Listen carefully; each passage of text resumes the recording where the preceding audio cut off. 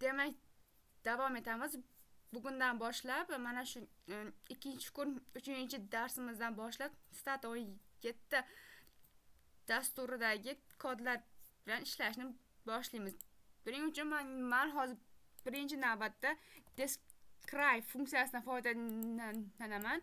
Bu nima uchun kerak? Describe funksiyasi mani datamni qachon yaratilgani, vaqti qachonligi, uni kompyuterimda qanday nomda nomlangani, nechta o'zgaruvchilardan tashkil topgani va o'zgaruvchilarimni nomlari va bu o'zgaruvchilarim doirasida nechta patsient, ya'ni tibbiyot tilida patsient qatnashganini ko'rib chiqaman. Ya'ni men bu describe funksiyamni opisaniyasiga data haqida umumiy ma'lumot deb bersam bo'ladi. Va keyingi funksiyam bo'ladi menda sum, ya'ni summarize.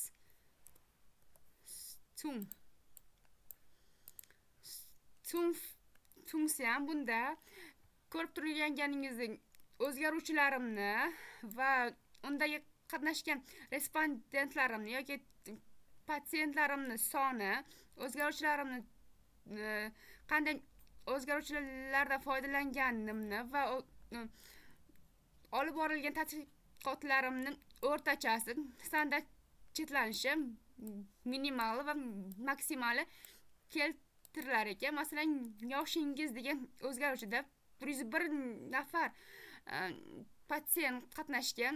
Ularning o'rtacha ko'rsatkichi 3,47, ya'ni bu berilgan ovozlarining o'rtachasi 3,47.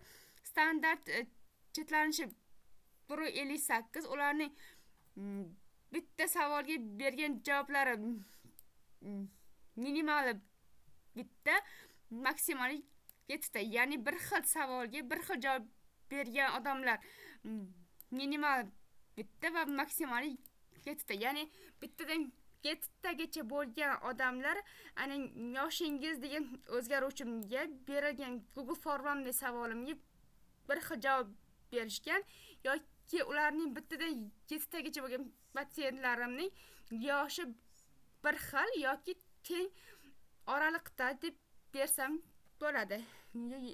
Mana shu holatni men dori vositasi yoki muammoga yechim o'zgaruvchimda ham ko'rishim mumkin. Bunda ham 101 nafar respondent qatnashgan. Ularning o'rtachasi 3,31. Standart xatoligi 1,41, ya'ni 1,41% ga xatolik bo'ladi va minimali bitta va maksimali 5 ta. Bizning tibbiyotda xatolik 1% gacha ruxsat beradi.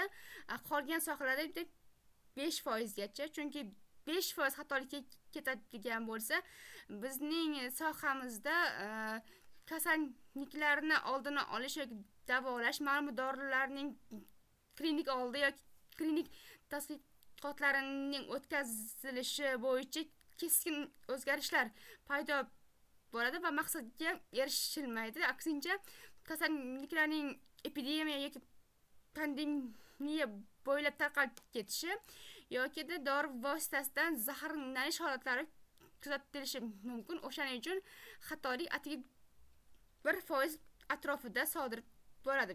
1% dan oshib ketdimi, bunda olib borayotgan klinik yoki klinik oldi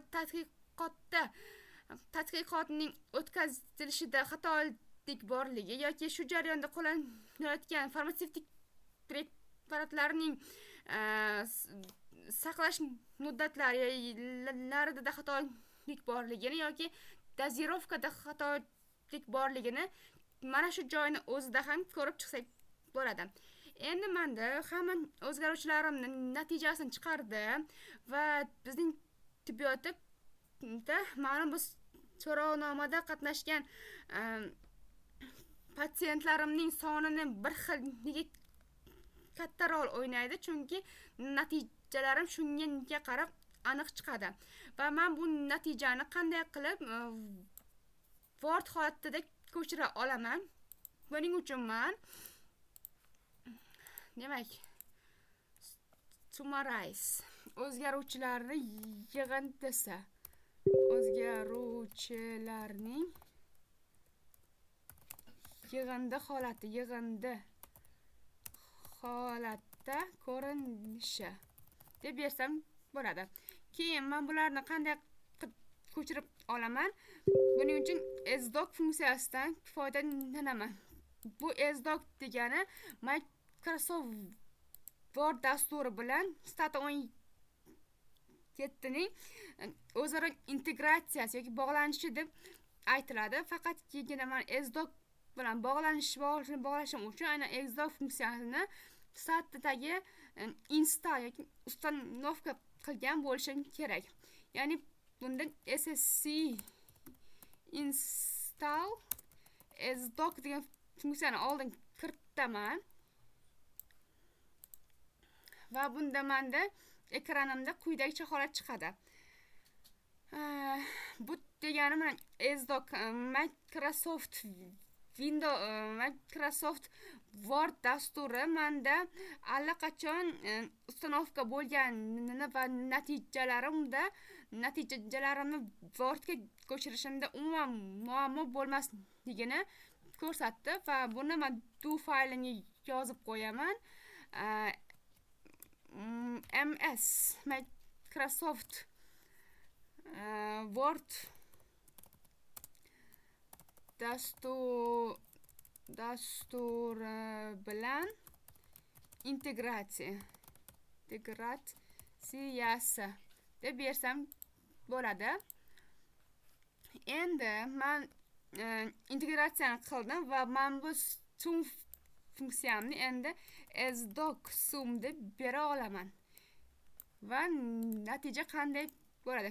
Sdoc sum deb berganimda xuddi shu jadval kelib chiqdi. Hech qanday o'zgarish sodir bo'lmadi. Faqatgina endi men bu natijamni Wordga ko'chira olaman. Qanday qilib?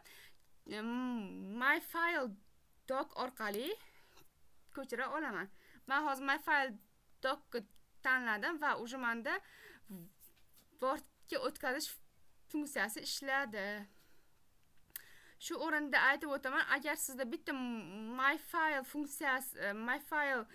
ochilib qolgan bo'lsa, ikkinchi funksiyangiz ishlamaydi va ошибка beradi. O'shaning uchun har doim my filedagi ma'lumotni olganingizdan so'ng dissertatsiyangizmi yoki maqolangizga qo'shganingizdan so'ng albatta my file'ni o'chirib qo'yishingiz kerak bo'ladi. Aks holda keyingi my file'lar ishlamaydi. Menda tepada ham o'zgaruvchilarim borligi sababli men bu holat menda eng pastga yangi tushadi. Agar sizda hali birinchi marta bo'layotgan bo'lsa, sizda boshidan kelib chiqadi. Lekin menda tepada borligi sababli bu eng pastga tushadi. Mana uje tushdi. Yoshingiz, kasbingiz tartibida o'zgaruvchilarim, undagi patsientlarimning bir xildagi soni, o'rtachasi, standart chetlanishi 1% xatolik va minimal qiymati, maksimal qiymati. Va men buni ko'chirib olganimdan so'ng Wordga ko'chirganimni Wordga yoki dissertatsiyamga yoki maqolamga ko'chirib olganimdan so'ng menga bu fayl kerak bo'lmaydi va men keyinchalik bu faylni o'chirib tashlay olaman.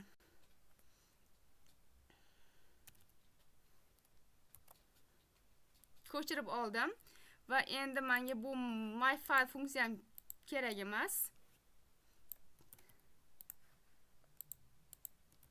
Bu natijani ko'rib turganingizdek descriptive statistics deb beradi va bunda siz o'zgaruvchilaringiz doirasida